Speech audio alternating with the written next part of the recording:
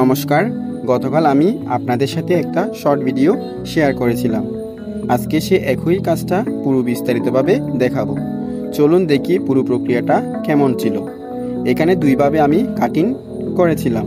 প্রথমটা হলো শুধু কোকোপিট দিয়ে, দ্বিতীয়টা হলো 50% বালি এবং 50% কোকোপিট দিয়ে। এর মধ্যে বেশি সাকসেস হয়েছে যেগুলো শুধু কোকোপিট দিয়ে করেছিলাম। যেহেতু নতুন চারা, তাই আমি চাউলের বস্তা দিয়ে জিও ব্যাগ বানিয়ে নিলাম।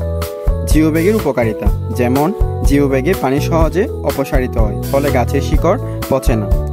রোদে গরম হলেও ব্যাগের ভেতর তাপমাত্রা তুলনামূলকভাবে ঠান্ডা থাকে।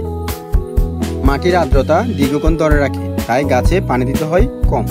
শিকড় সহজে ছড়িয়ে পড়ে, ফলে গাছ দ্রুত বড় হয়। এরকম আরও অনেক উপকারিতা রয়েছে।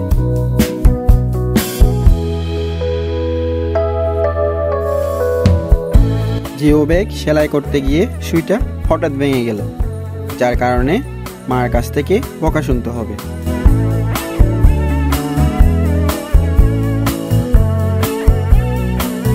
এইবার আসি মাটি ও সার নিয়ে কিছু গুরুত্বপূর্ণ কথা শেয়ার করি। আমি আগে থেকে মাটির সাথে বালি মিশিয়ে রেখেছিলাম।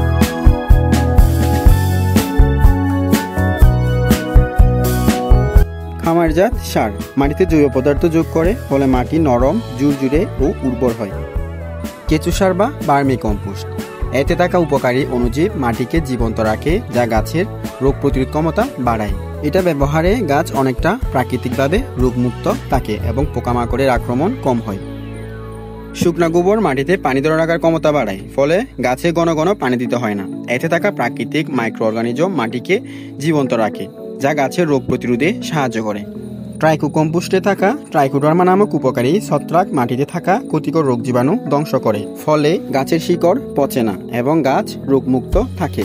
পাতা পচা সার ভারী বা শক্ত মাটিকে নরম করে আর বালুকাময় মাটিতে আর্দ্রতা ধরে রাখতে সাহায্য করে।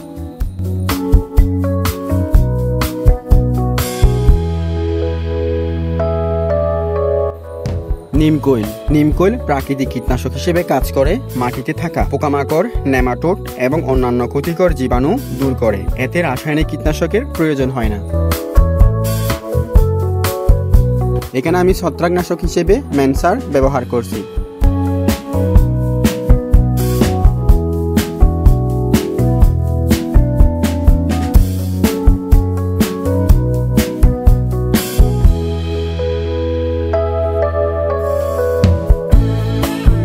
এবার আমি সকল উপাদান ভালোভাবে মিশিয়ে নিলাম।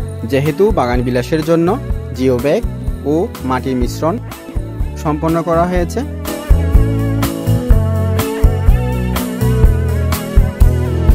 এবার কাটিংগুলো জিও ব্যাগে রোপণ করব। কাটিংগুলো ফলি থেকে এমনভাবে বের করতে হবে যাতে কাটিংয়ের গোড়া নড়ে না যায়। যদি গোড়া নড়ে যায় তাহলে কাটিং মারাও যেতে পারে, তাই সাবধানতার সাথে অবশ্যই কাটিংগুলো পলি থেকে বের করতে হবে।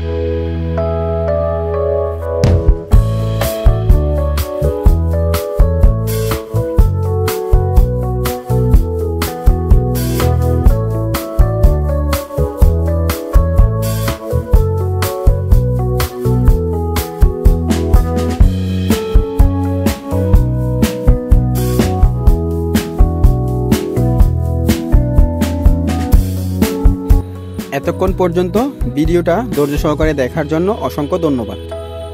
আপনারা অবশ্যই মনে রাখবেন, কোনো গাছ নতুন জিও ব্যাগে বা টবে রোপণ করার পর অবশ্যই পানি দিতে হবে।